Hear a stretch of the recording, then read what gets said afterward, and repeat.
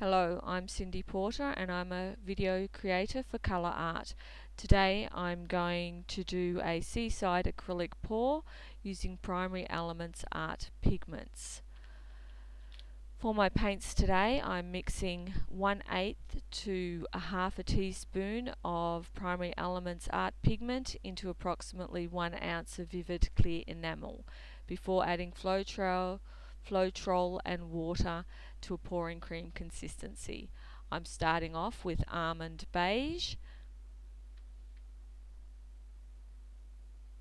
mixed with a little Egyptian Gold, then adding Ginger Peach, some pure Egyptian Gold and a few drops of Sunburst. These colours will form my sand. I'm adding some African Jade to begin my water, some blue Bayou, some Ocean Wave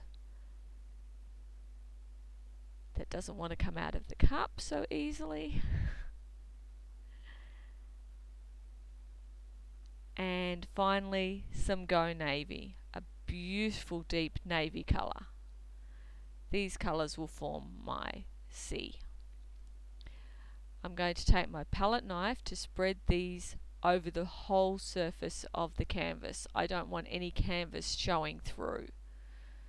I could have just tilted and poured it, but I really wanted to keep the sand in the position that it was in, so I find it easier just to spread with the palette knife, just to keep them in position. Once I've got them spread over the canvas, I grab the white, which I have mixed up cheap white craft paint with Floetrol and water, again to a pouring cream consistency. And now I'm grabbing my airbrush and I'm going to use the empty airbrush to blow the white paint across the other colours that have already been laid down. I gently control the flow of air. You must do this very gently because otherwise you can blow your paint right off the canvas. So it really is a very controlled blow of air. I'll continue to manipulate the white paint with the airbrush to create that realistic looking foamy ocean view, just like you see it when the surf with those waves crashing in towards the sand. Just gently working the white paint over the surface of the other colours. Continue adjusting and manipulating it to give that real foamy appearance.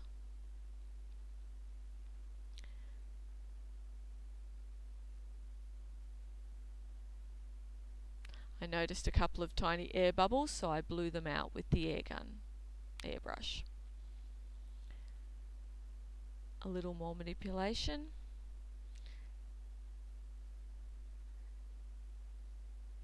It really is a lot of fun playing with the airbrush and blowing the paint in this manner. The sand colour was looking very flat, so I decided that it needed a little assistance.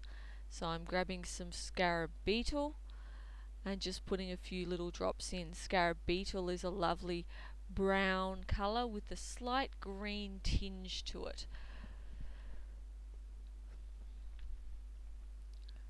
I'm just now blowing that into the existing colours that I had down for the sand, trying to create that rippled sand colour that you see, sort of effect that you see along the shore of when you walk along the beach.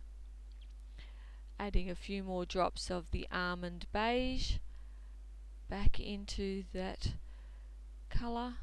Again, still trying to get that sandy look. And I continue to work that with the airbrush. Just a little more.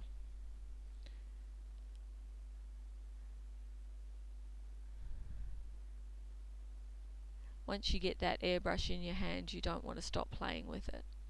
It's just way too much fun. Here I am coating the sides of the piece, just making sure that all the edges of the canvas are completely covered with paint and none of them are left white and blank.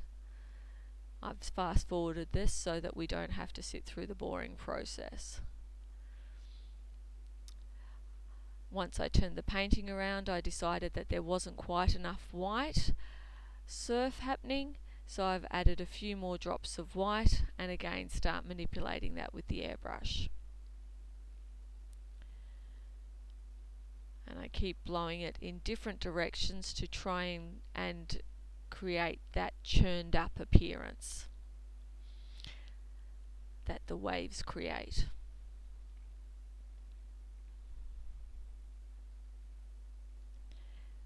The beauty of using the airbrush, you have excellent control and can blow in tiny little portions or over a large area if you're trying to.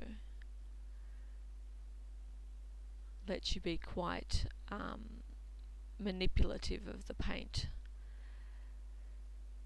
And I decide that I really like having lots of that white surf break happening, so I've added even more white paint again and start to spread that out further,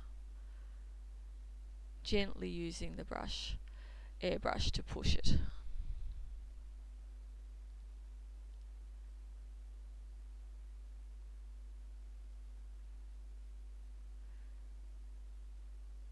Starting to look more and more like the ocean every move. Here I decide that I want a little bit of the foam coming further down over the sand, so I'm just trying to achieve that here. Now finally I've finished playing with the airbrush and it's time to get the butane torch out and give the painting a little torch. This helps bring the silicone through to the surface and give that lacing that occurs because the white paint does not have any silicone and the colours do. You get a beautiful lacing effect, or cell creating as some people like to call it. While doing this I noticed I had a little blank spot where there wasn't enough blue paint, so I added that in. I hope you enjoyed this video and thank you for watching, and if you did, please consider giving it a thumbs up. Thank you very much.